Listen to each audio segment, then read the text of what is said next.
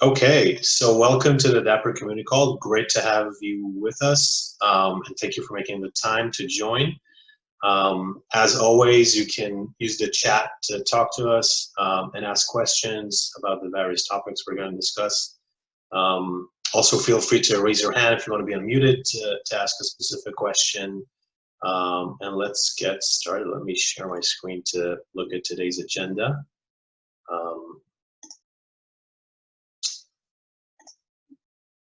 Yes, so hopefully you can see my screen.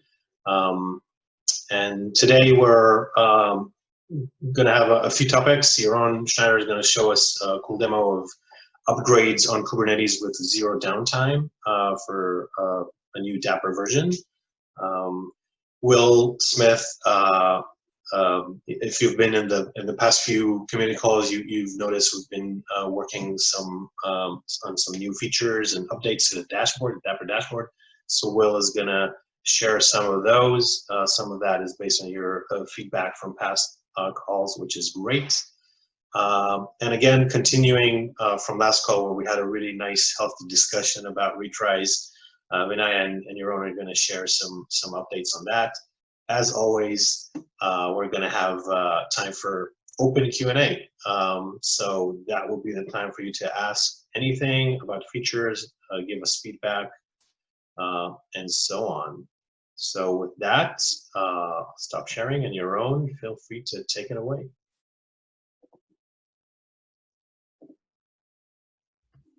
Thanks, Ori. Let me share my screen.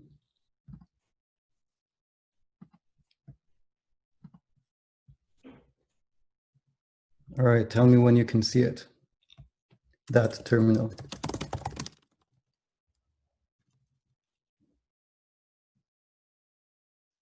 Can you see anything? Yeah, we see it. All right, great. Okay, so today we'll be talking about upgrades for Dapr. So up until now, as you've known, if you've been following our releases, our guidance was really to just uninstall Dapr and then reinstall Dapr. And that might have not been such a nice thing to do because it might have, refreshed the TLS certificates and caused some downtime for service-to-service invocation. But now when Dapr is really closing in on 1.0 production ready release, we have merged PR, and we should see it here, that basically introduces guidelines for production ready deployments on Kubernetes. So everything I will be showing you here today, you can find inside our docs repository if you go to how to, and then you will see it under hosting platforms on the contents. Or just under the deploy Kubernetes prod folder here. And this will give you a nice bunch of stuff, for example, cluster capacity requirements, some info about optional components that you might skip if you're not using some functionality, maybe stuff that people didn't know that they maybe didn't need. And then deploying with Helm, we also have an option to enable high availability for the control plane, which is quite nice. That's something we put into 0.10, which is coming out, I think, in a week and a half or 2 weeks. And then the upgrade path, which we really try to make as simple as possible. Like everything else in Dapr, we want it to be efficient and fast, and we don't want you to think about stuff that you don't need to think about. Just concentrate on the operational aspects in your app, and that's it. So you'll basically find all of it here. And of course, if you have any feedback, and this is, as always, the most important thing, if you have any feedback, please give it to us. The Dapr maintainer is open an issue, open a PR, or whatever. You've been great so far. The entire community have really been helping us. Customers that we're working with really helped us arrive at this document. So this is a living document. It's supposed to be iterative. It's supposed to update as we update and add and remove Dapr features. So let's continue that great thing going. Okay, so now let's take a look at how we actually do this. So I have a terminal here, and I have Dapr running. So if and let me just zoom in a bit so this gets more clear. Yeah. And if I take a look at my Dapr system, namespace, I can see that we have the Dapr control plane running, and it's running the control plane version for 0.8. And what we're going to do now is basically deploy, well, we already deployed applications, which I'm going to show you, and then we're going to upgrade Dapr, both the control plane and the sidecars, which are the data plane. So if we go back to this really simple presentation here, the upgrade path is simple. It basically outlines something that you'd see in things like Istio and Linkerd. It's the same path. First, you upgrade the CLI. This is optional, but recommended. And then the next step is to upgrade the control plane, which are the system pods. And the final step is to upgrade the sidecars, which are the data plane. So we can take advantage of the Dapr CLI.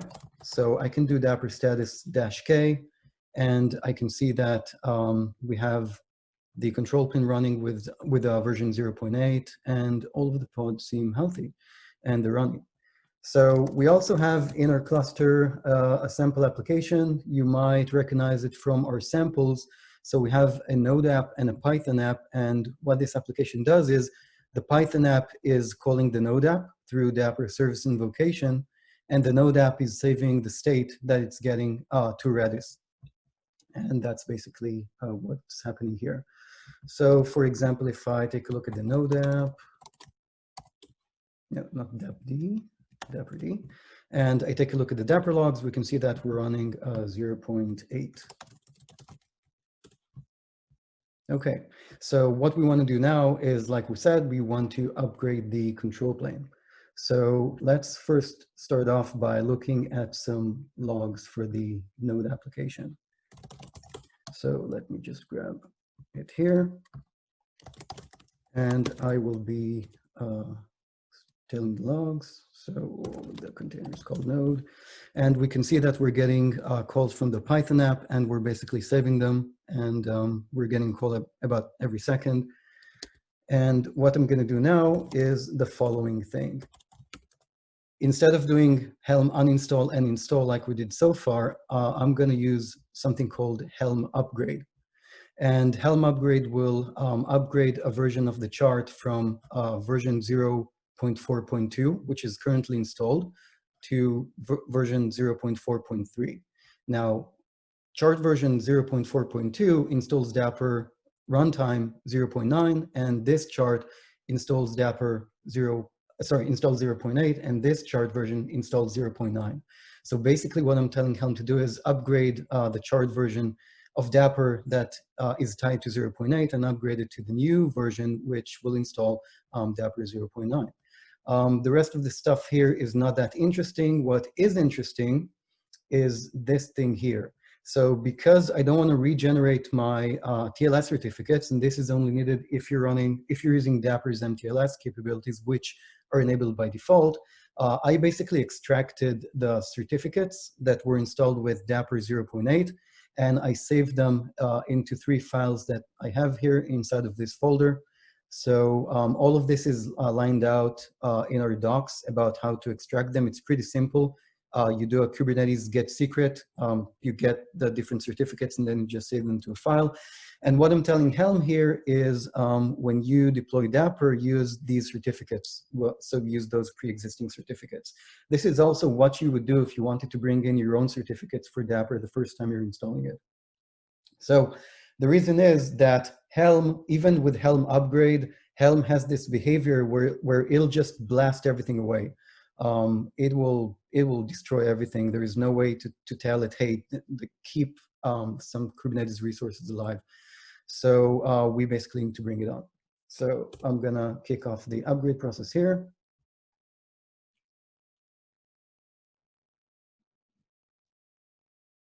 And we get this nice thing. We see that we have a second revision. And the logs for the Node app continue to pour in. And in the meantime, we can take a look at the Dapr system.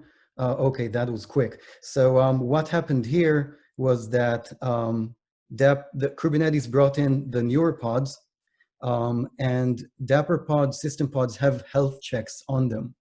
So what happened was the old system pods were up and running, the new system pods came up, and only when the health checks for a pod signaled Kubernetes that it's okay to bring down the old pod, then the old pod would have been torn down. And this is what happened. So we have the new pods running up. And so each one of the Dapr system pods have a pretty customized health check. So I'm going to take Sentry as an example here. Sentry is the certificate authority for Dapr.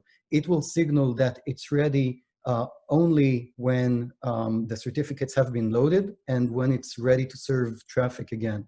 So once the health check for Sentry passes, then Kubernetes will bring down the old Sentry pod. And this is basically the same thing for all of the other system pods that we have here. So if we do Dapr status again, we can see that the control plane has been upgraded to 0.9, and that's really all it takes. So at this point in time, we have a 0.9 control plane and 2 sidecars running 0.8.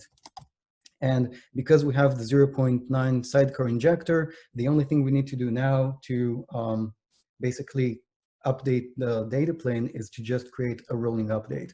So in this instance, I'm running just one instance of the pod. So I can do kubectl get pods, and I will take this node app here and create a rolling update for it. And what's going to happen now is that a new pod will come up. It'll have the same health checks. So the application itself might have its health checks, but the Dapr sidecar also has health checks. So only when the new Dapr sidecar is up and running and it loaded all the components and authenticated, only then will Kubernetes basically bring down the old pod and start serving traffic to the new one.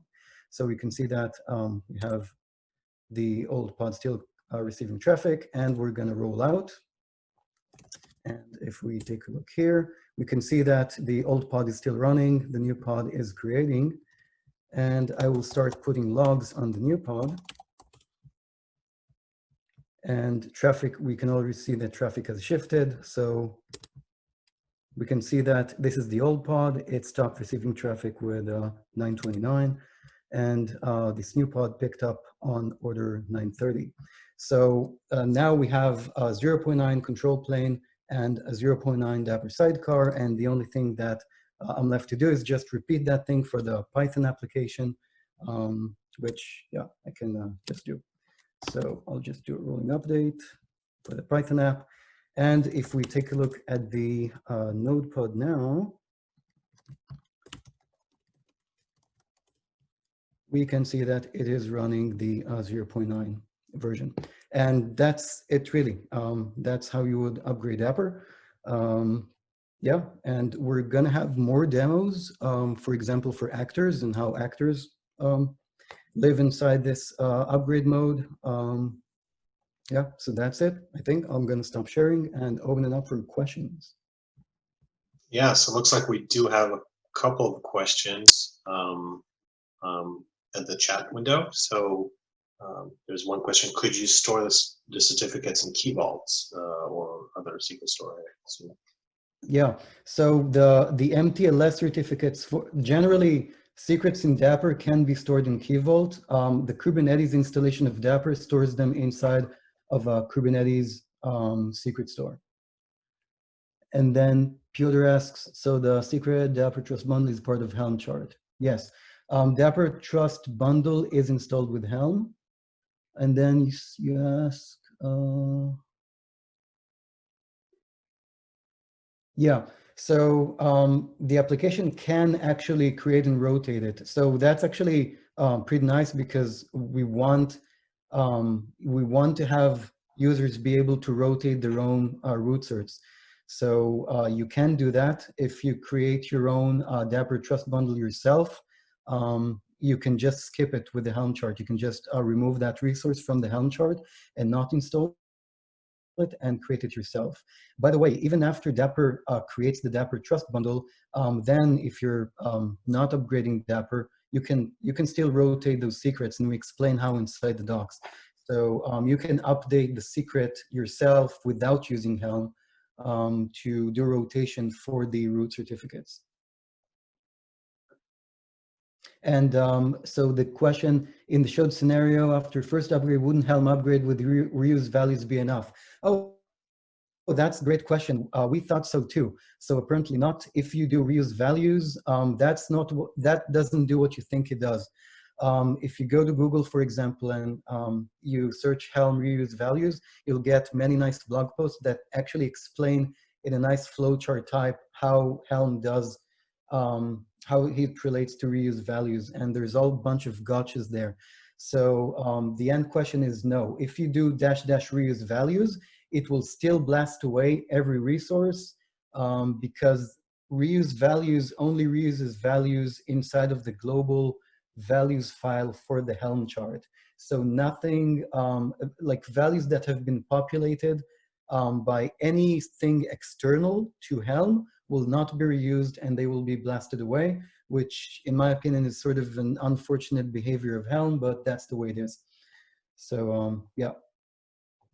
Any more questions?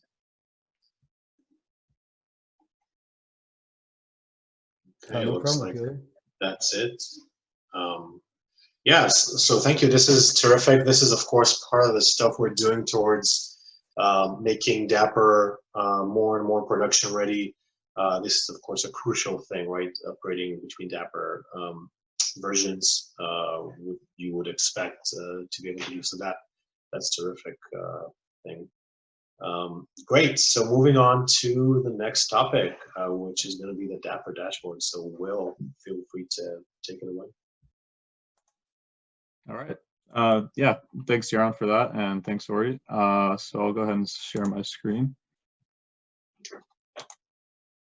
Okay, you can see that? No, we see. Yep. Right, now you can? Yep. All right, cool. So in the last 0.9 release, I think a community call about 4 weeks ago, we talked about the Dapr dashboard -k command in the CLI integration. This was a pull request that was made by a community contributor. So now if you run Dapr dashboard -k, the command will automatically find the namespace that you deployed the dashboard to. So in this case, I have a custom dashboard deployed to the default namespace, but if you install Dapr using Helm, oftentimes the namespace that the dashboard will reside in is the Dapr system namespace. So anyway, this command will automatically find the namespace and deploy the dashboard. So here we have the new Kubernetes dashboard UI.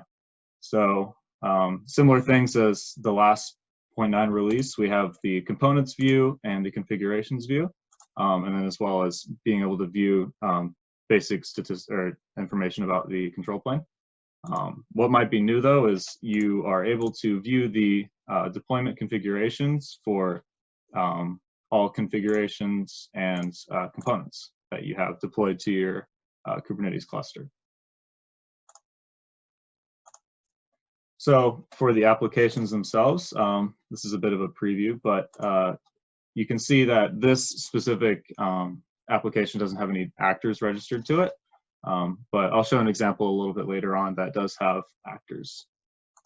So here's similar things. You can view Dapr annotations and configuration deployment here.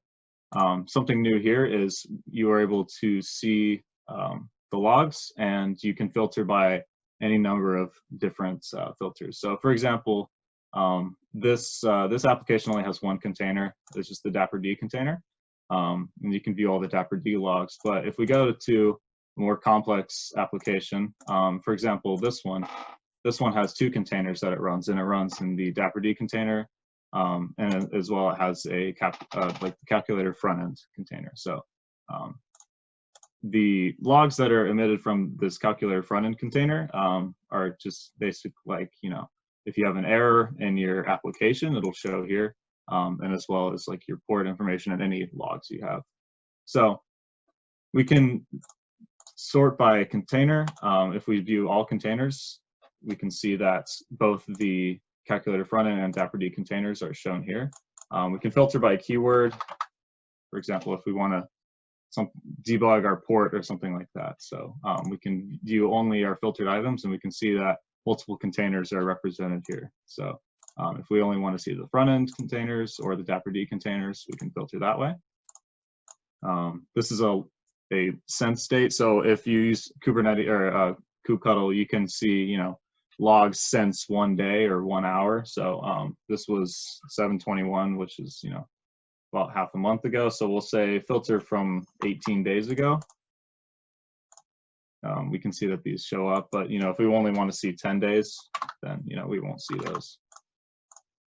We can also filter specifically within a time frame. So if we want to see everything and we want to filter, I don't know, somewhere between July 1st and August 1st, we can see that all logs that were emitted between these dates will show. And of course, you can also filter by a specific time. So July 1st, 10:29 a.m., you get the idea.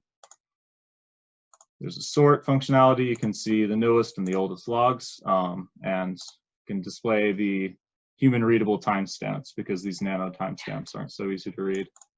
So these are emitted August 1st. So if we want to get rid of those, we can just switch down to August or July 31st and we'll get rid of them. And of course, you can just reset all your filters or call back from the Kubernetes API to get new logs. So yeah, that's about it for the changes in the Kubernetes dashboard. So a new change also that we have is you can deploy or you can start Dapr dashboard in standalone from the command line tools. It'll give you a similar message running at 8080. So standalone changes, you can now, well, with new CLI changes, Dapr is installed to your home directory. So with that change, you can now see your configuration file, as well as your configuration files here, as well as any sort of components that you have on standalone. And these are shown in the .dapr directory. So if whatever components you have saved in here or configurations you have here will show up here in the dashboard that you can configure. So I mentioned before this actors tab, so I'm going to go through a live demo of setting up an actor application and invoking it. So if we have this sample actor here and we want to run it with Dapr, we get all our logs. And so this is an actor enabled application. So we can go ahead and save some data to this actor application. So if I would just want to save this, this JSON here.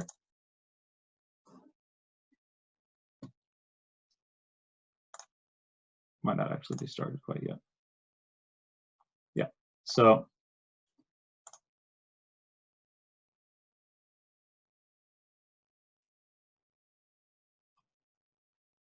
well, it's a shame.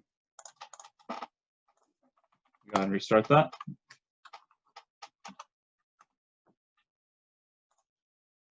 So one other thing to show is once we start an application, we can see that the dashboard automatically refreshes and shows that we have this new actor here. So of course, yeah, we don't have any registered Dapr actors.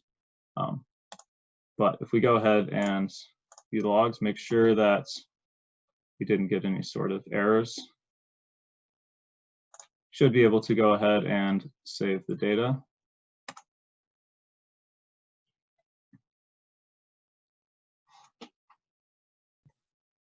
Wow. I noticed some anomalies trying to run Dapr with PowerShell. Yeah, it may have some issues there. So here, well, I'm gonna go ahead and try running it in different terminal emulator. So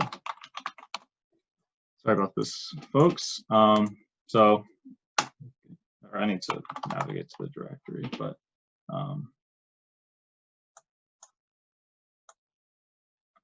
here.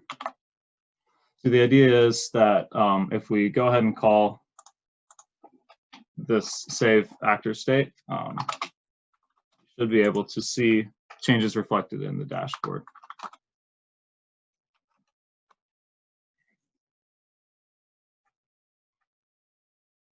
Sorry, that's a little bit too small to see.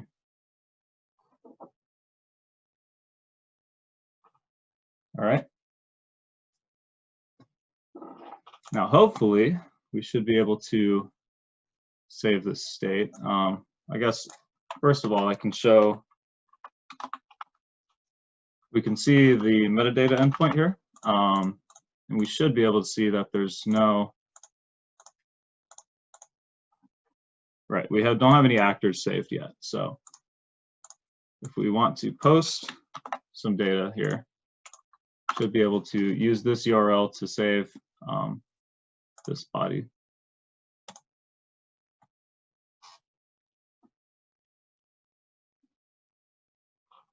Well, must have some sort of issue here, but the idea is that once you save the actor state, you get a table here of your newly registered actors. So I apologize for the demo not quite working as expected, but try it out for yourself. Once the new release hits, you should be able to view all your registered actors here in this table, and you should be able to, post and save any new information. So, one last thing. Sorry, what was that? Will this work on Kubernetes too?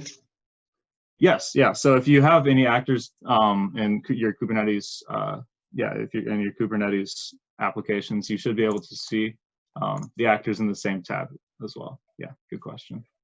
And one more thing for anybody who's interested, we do have a dark theme nowadays. So there's the Dapr dark mode that you can, view the same information, but easier on the eyes and everything like that. So that's about everything I have for the dashboard. So if there's any questions, please ask in the chat, or open an issue if you want to see something interesting new added to the dashboard. So yeah, thank you.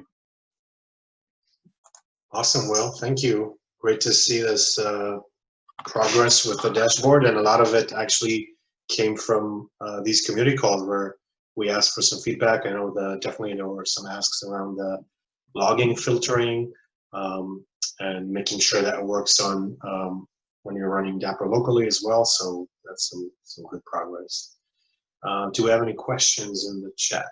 Looks like that one from Kenny, but Shab answered it. There's one entry for actor type, then yes. Anything else? If not now, feel free to, as we said, this will be available, all these features in 0.10.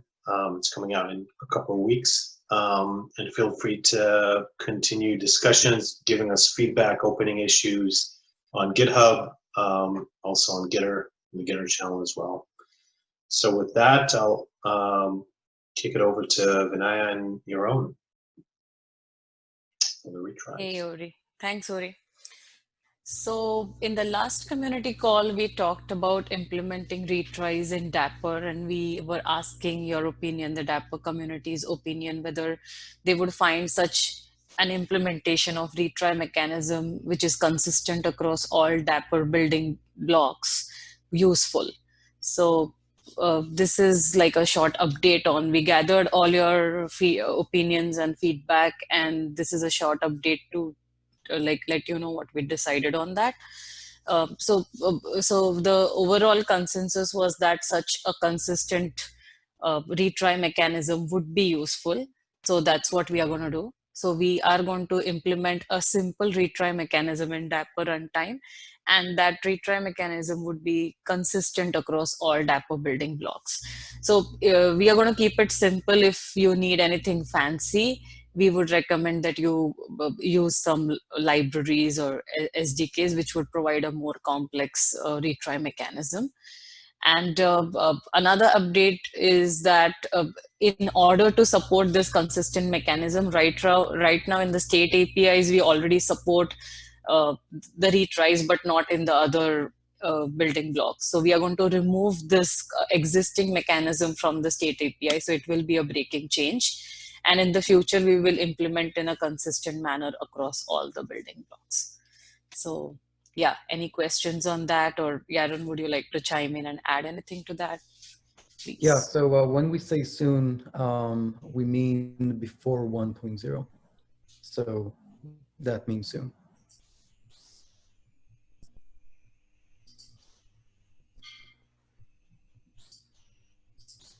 Yep.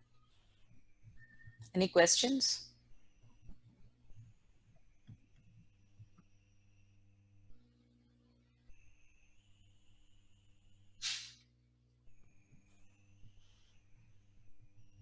No, looks like Okay.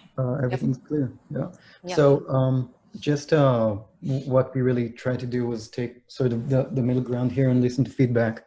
And just like Vinaya said, the retries will not be required. They'll be opt-in. They'll be simple. If you want to use them, great. If you want to use your own, that's awesome too.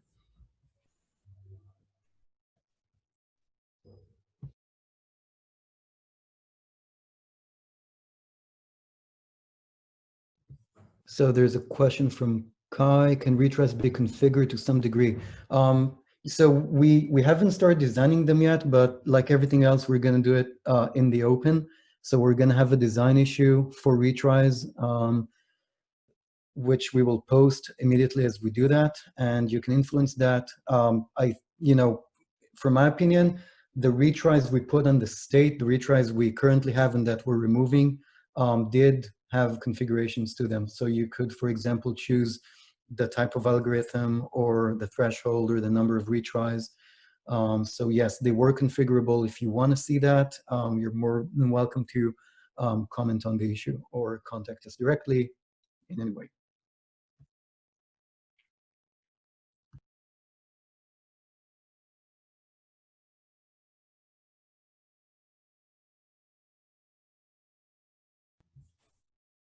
Ori? Ori, you're on mute. Oh, I'm sorry. Yeah, that's the usual problem. As always, feel free to continue asking questions in the Gitter channel over GitHub. I think Will was able to resolve some of the actor stuff, so we can give him another shot to show how the actors show up in the dashboard. Will, if you want to do that. Yeah, thanks. Real quick, for those of you that were interested. Yeah, so presenting doesn't do well. I'm in the basement, so internet connection isn't so great. Anyway, can you see the screen? Yeah, we can. Yep. Okay.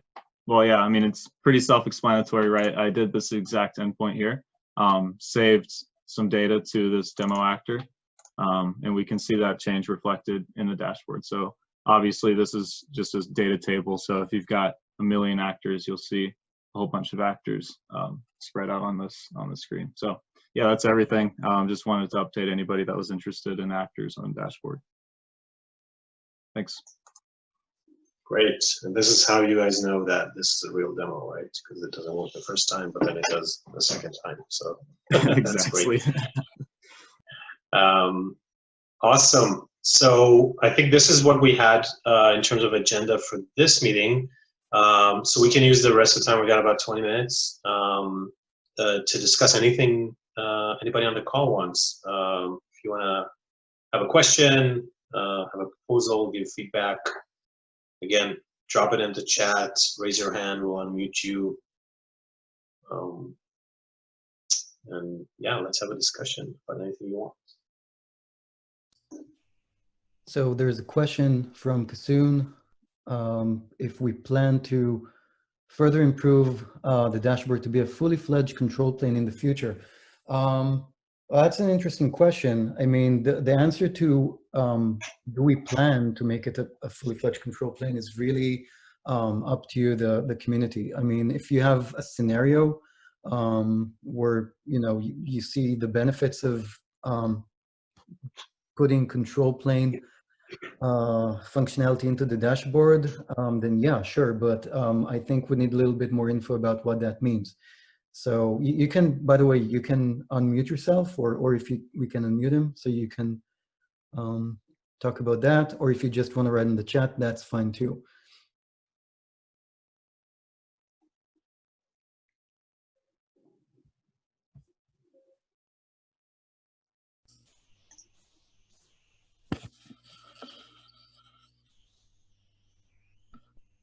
Okay. Any other?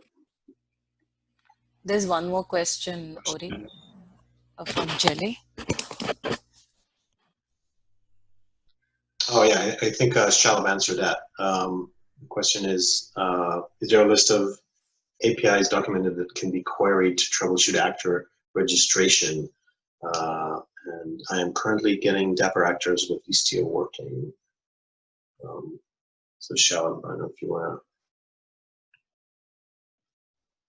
to unmute yourself and speak to that. Yeah. So what is the question? Like, if you want it through dashboard, or it is something you're asking for? The question is for, do we have an API that we can just see that to registration? No, currently I'm struggling with to see. Sometimes I have troubles getting the actor registered against the operators. I can troubleshoot like the sidecar injection there. The logging is quite clear, but sometimes my actor does not get registered, and it's easy to. It would be easy to have like a way to look into the operator what has been registered, because sometimes it gets registered registered under gRPC, because I get it working now, but it's I can't put my finger on the real issue yet. So something you might want to take a look at are the logs of the placement service, and then the logs of the Dapr sidecar, and the logs of your app, which has the actor framework registered to it. Yeah, and if you want to help troubleshoot it, contact us on Gitter, and we can open a room and help you see what's wrong there. By the way, we fixed some actor-related bugs in 0.10. There were some stability issues which we fixed, and that's going to come out in about a week and a half when we release. So it'll be worth it to validate again if you're running into those things. They're released for next week. Okay, cool. Thanks. No problem. Great. And we have a question which I really like, which is how can I start contributing to the project's main code base? So yeah, so Dapr is an open source project. And let me share my screen real quick. And of course, if you look in our repos, you know, we have several repos that kind of include all the code. The runtime itself, the core, is in the Dapr repo. There's of course components contrib. We got a samples repo and docs repo. In all of these, you should see contributing README that gives you the guidelines on how to do so. In each one of those, of course, you can go and see the issues that we have open, and a lot of them are tagged, and some of them, by the way, have this tag, good first issue, which is a great way to get started. We try to triage those and find ones where you might be a good kind of place to start with this one. This is, by the way, a GitHub kind of tag that you would see in different GitHub projects, even outside of Dapr. We try to use that as well. So you see this one that has to do with the Helm chart. In every issue that people open, we always try to give a good explanation, and sometimes there are really nice discussions around these issues. As with other projects, if you're using GitHub, this would mean kind of usually assigning this to yourself and opening a pull request. We do want to have a pull request tracked as issues. So if you just have a kind of like something you're passionate about or you want to add, it would be best to start with an issue where you're kind of creating that proposal and then creating the PR to attach to that, and then we can review and discuss it. So PR that come out of nowhere would usually not be the best way to contribute. But if you just are looking to help the project and take on issues, just look at the issues that we got in different ones. Another things to look at is these projects here that we have that would show things like the different milestones that we have. So that's another place to see that what's going to go into the next milestones and so on. But of course, we got different repositories for the different SDKs as well. You see even the dashboard that Will just showed. That's you know, a lot of it is the code is here, assuming of course it's not in the CLI or whatever, which is it's in its own repo. But yeah, hopefully that's kind of enough of an intro to see how you can contribute. Always feel free to reach out at Gitter, and again, put comments and issues, open issues. That's the way to contribute. Even if it's just typos and documentation, we really appreciate that. If it's clarifying, you find something that's out of date or not clear enough, we love seeing that as well. Yeah, and I want to add something. So Yeah. first of all, thanks, Edgar. We love welcoming new contributors to the project. And, you know, Dapr has so many parts to it, right? So when you say project's main code base, maybe you mean the main Dapr runtime repository, but Dapr is really made of the main runtime, the different SDKs for the different languages, the CLI, the dashboard. We have Dapr workflows, we have the functions, extensions, all of them are important. And so if you find something that you really find yourself connected to, for example, let's say you're a Rust developer and you want to help us with our Rust SDK, that would be amazing, you know? So find something that you're passionate about with Dapr. Or else, you know, just like Ori said, looking for good first issues in our issues would be great. And also we have Dapr projects. So inside the main organization, you can go to projects, and then you can see the different milestones that we have, the different releases. So if you want to help us achieve the milestone for a certain release and, you know, take work items based off of that, feel free to do that. If you want to contact us, Gitter would be a really good way to basically just say, hey, I want to start contributing. Can you assign me something? Just mention one of the maintainers. We are mentioned inside of the owners file inside the Dapr repository. Just mention a maintainer and we will work with you. And yeah, welcome. Yeah, and maybe one more comment. One of the big places where we've seen the community really helping us with Dapr is the components contrib repo, where just people are just like adding more and more technologies into the various components that support the building blocks. So if you have a state store that you see is not supported and you want to add, that's a great way to contribute as well. So it could be the core code, but it could be also the creation of the ecosystem that we're trying to do with the components contrib, the SDK, the samples, all that stuff. Okay, any more questions or comments?